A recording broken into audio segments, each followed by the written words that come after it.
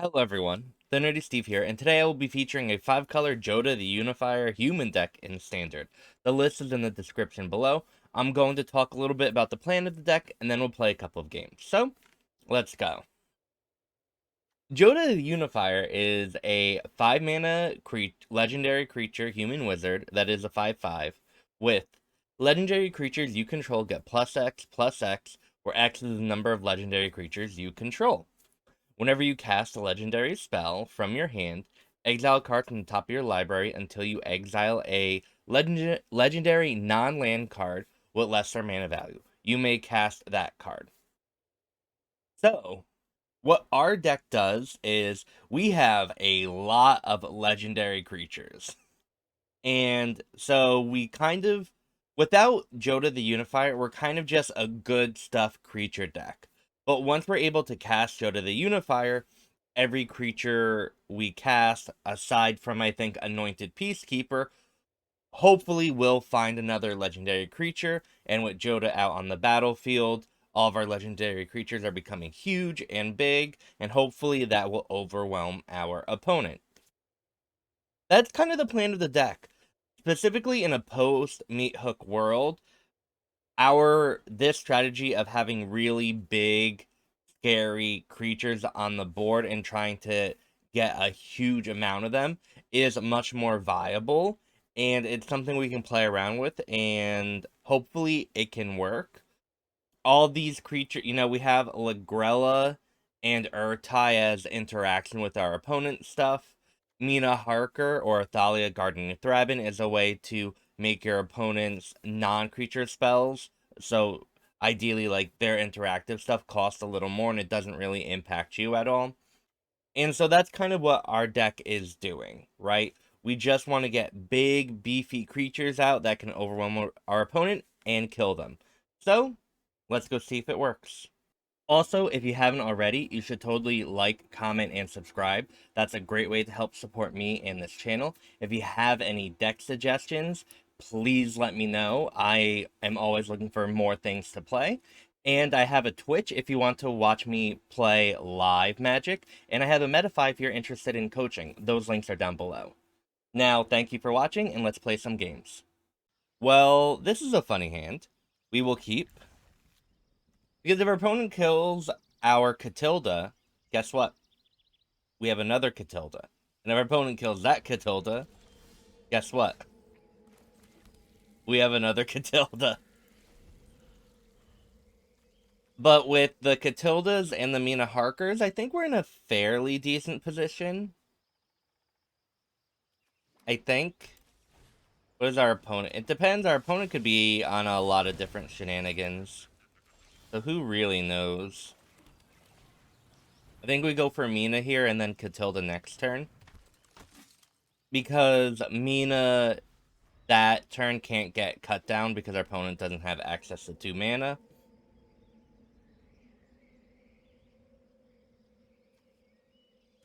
But maybe it's just worth, or Voltage Surge, maybe it was just worth getting the Catilda out there. Who knows?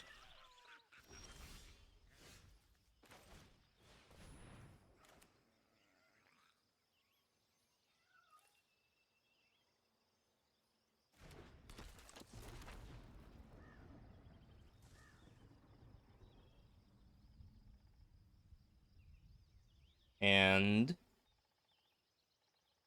we wait for whatever our opponent wants to do. Which could be a lot. Infernal Grasp? Alright, Infernal Grasp is part of our plan here, right? Oh, and a Dennick, nice. So we get to do both Dennick and Catilda. And it's also really important for us to get kind of our 2-drops out of the way and to use them already. Because Jodah the Unifier, when you cast your legendary card, right, you have to find something cheaper, or you can only cast something cheaper with Jodah's ability. So we'd rather, cast an Ertai or a Halana with Jodah on the battlefield rather than a Catilda.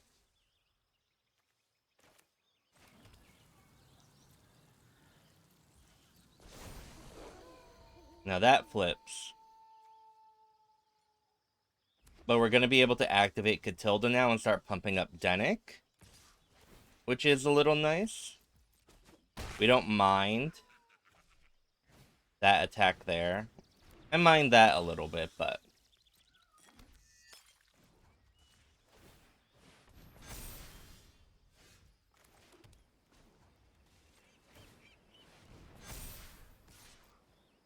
like, this is okay with me.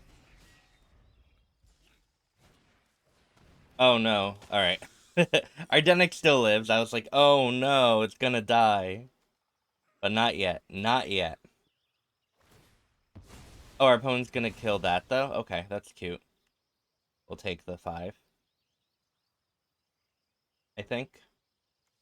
Our opponent is doing the math where if I attack for 4, but you attack back with lifelink, is that bad for me? And the answer is, it is. We can do this. GG. I mean, this is definitely a hand we can keep. Alright, oh, that Secluded Courtyard helps a lot. Human, go. We'll do that turn 1, turn 2, Plaza, and then everything will be untapped from now on. Oh, drawing a Thalia is just absolutely beautiful. Our opponent seems like a mono-red artifact deck, maybe. It wouldn't surprise me if we see the 2/2 Samurai here. But I'm not too scared right now. Maybe I should be. Lightning Strike? Okay, that's beautiful. Now I guess we can cast Lagrella here. We don't need to use its ability or anything, like get use out of it. We just kind of want the creature on the battlefield so that, you know, with Ratadrabik, we have something, or next turn we can Halana and Alena it, or, you know, it's already a creature that's going to get pumped immediately with Jodah, right? Just because a creature hasn't enters the battlefield ability doesn't mean you have to get the full effect out of it, right? Sometimes you just need a creature to be on the battlefield. And that's honestly more often than you might think. We're going to take a lot here. Or not. GG. Okay, this is like pretty decent. We have a 2-drop and a 3-drop and the mana to cast them both. And more importantly, right, we have good mana. We can, with one more land, I think no matter what the land is, we can cast everything in our deck. Looks like our opponent is on a mono-red deck, which, you know, has gotten fairly popular lately. So, thankfully, we have a 2/3 lifelink that our opponent is going to have to use removal on, or just cry because we're going to be gaining life. And that's so fine with us. Yeah, we do this. And I think we want our 1/4 out. Which, again, is going to eat up a lot of damage from our opponent because we have a safe block here, and our opponent, to kill Adeline, would need to use another removal spell. We're going to take up 3 damage here. If our opponent has a Play with Fire, our opponent has a Play with Fire. Seemed like our opponent did not, so we're all happy. And with this, I'm going to keep up the Ertai so we can see what is going on. I might need to counter something.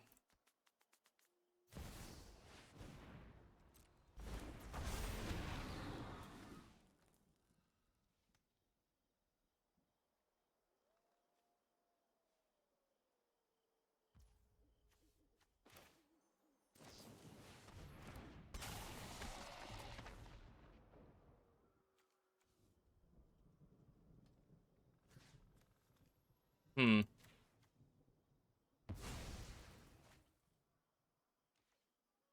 think that's fine. Maybe. Interesting. We do this, and then we get to Jodah.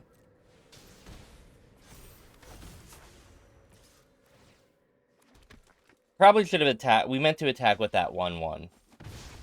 Sadly. But I'm not very, very confident. Our opponent could have a lot of stuff, like 9 damage isn't a lot.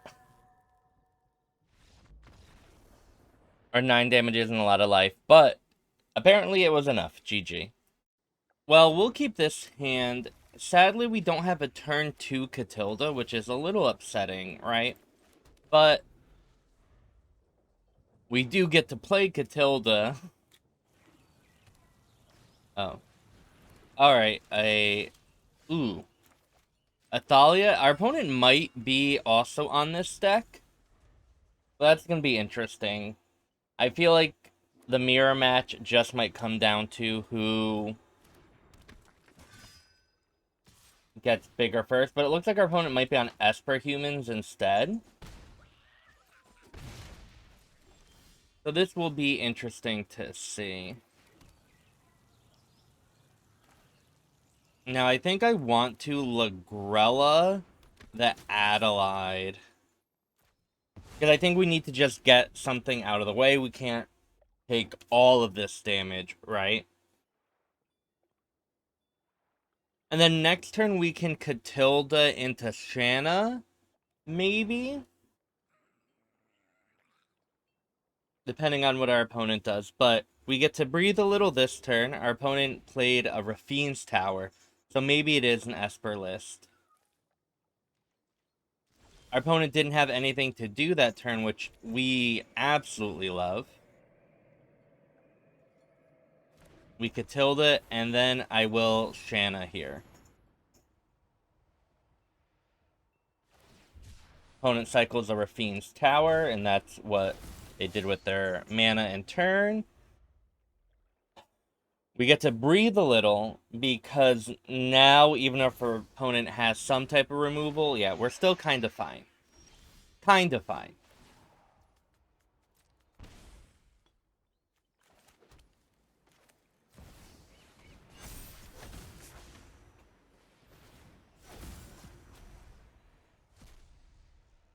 Alright.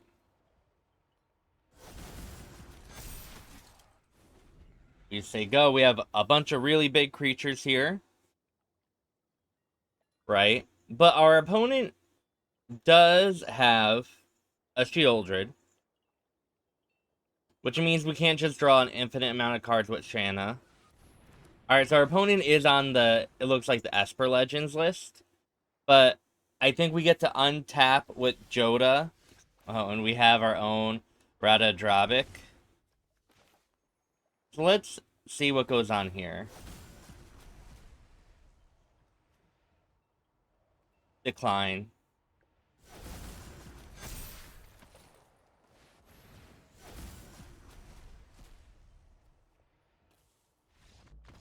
Okay. GG. Alright. I don't particularly love this hand, right? Because we don't have any 2-drops, and we need a third land. However, listen to this, right? With a third land, we can most likely play any of our 3-drops, so we'll keep. Alright, if our opponent is on this... Oh, there's our third land. Nice. If our opponent is on a mono black deck, I think we might have time now to, you know, get stuff done, and that will be okay. Ratadrabik is particularly good in this type of matchup, I think, because if we can get that and another legendary creature, we can kind of sustain or live through a lot of the removal our opponent has. I think our opponent might get rid of Ratadrabik, though, here. We will Anointed Peacekeeper during our turn, though.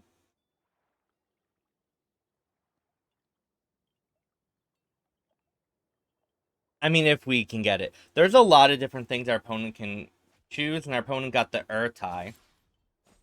Okay. So let me Anointed Peacekeeper to see what is going on. Wow. Okay. I have no idea what to do here. Exile target zombie. That gets rid of Ratadrabik. That's really funny. We're going to choose that. Because we don't want our opponent drawing cards, right?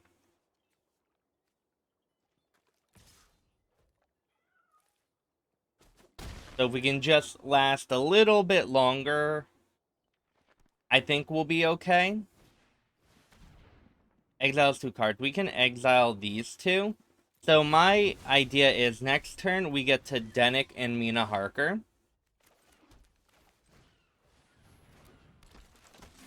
And then next turn we can attack with Dennick. And our Shanna will be able to draw us 2 cards. And I think that's kind of ideally what we want to happen.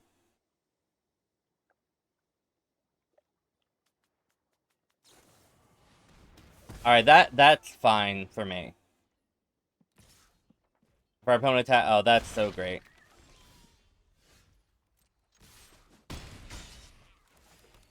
Human. Now we get to draw a couple cards with Shanna. Take action, 1, 2.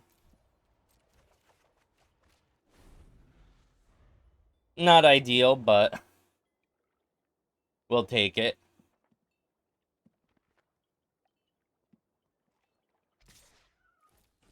No blocks there. What can our opponent have? Aim for the head. Alright, well, alright, 2 more lands. Alright, that is wonderful for us.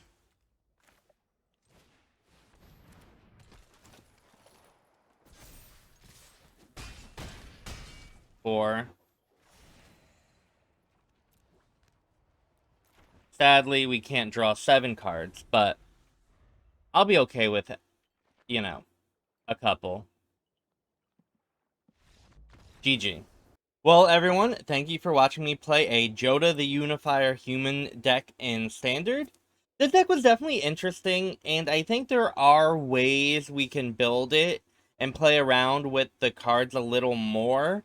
But overall, I felt it just was a little too slow and relied on our opponent just not having specific interaction to stop our creatures, right? You know, for Jodah to really, really do its thing, you need it to live a turn so you can cast another legendary creature to then cascade into. And that is kind of like an ideal Christmas land type of scenario that a lot of things have to line up for that to happen. But on top of that, for that to kind of happen, you need to then not play legendary creatures leading up to it. And, or like, you need all your legendary creatures to live leading up to Jodah so that you actually have stuff to do on your board. And it felt really cute, but nothing it didn't feel powerful enough or consistent enough to make it worth its while. Though I do think maybe a more aggressive version of the deck, and maybe like we need to go for the 4 Katildas and 4 Thalia Guardian of Thraben, because I felt the 2 drops really needed to happen in this deck for us to actually fully function and to not just fall so far behind. You know, for a deck with a lot of life gain, I kept on losing to mono red a lot, and so it just, I don't know. It just felt borderline powerful enough, but I think there are different ways we could build a deck and approach it to make it a little better. This is also a best of 3 version that I got from the internet somewhere. And I do think in best of 3, you're kind of able to sideboard a little differently, and you can be a little less all in, and that might allow you to navigate games a little better. But this deck in the current best of 1 metagame it felt a little lacking. Though it was fun and it was potentially powerful, a lot of times it felt like I was less in control of my own destiny than just hoping my opponent didn't have answers. But with all that being said, if you haven't already, you should totally like, comment, or subscribe. Those are great ways to help support me and this channel. You could also watch me stream live at twitch.tv/thenerdysteve, and I also do coaching. All those links are down below. I hope you have a wonderful morning, afternoon, wherever you are, and thank you so much for watching. Bye.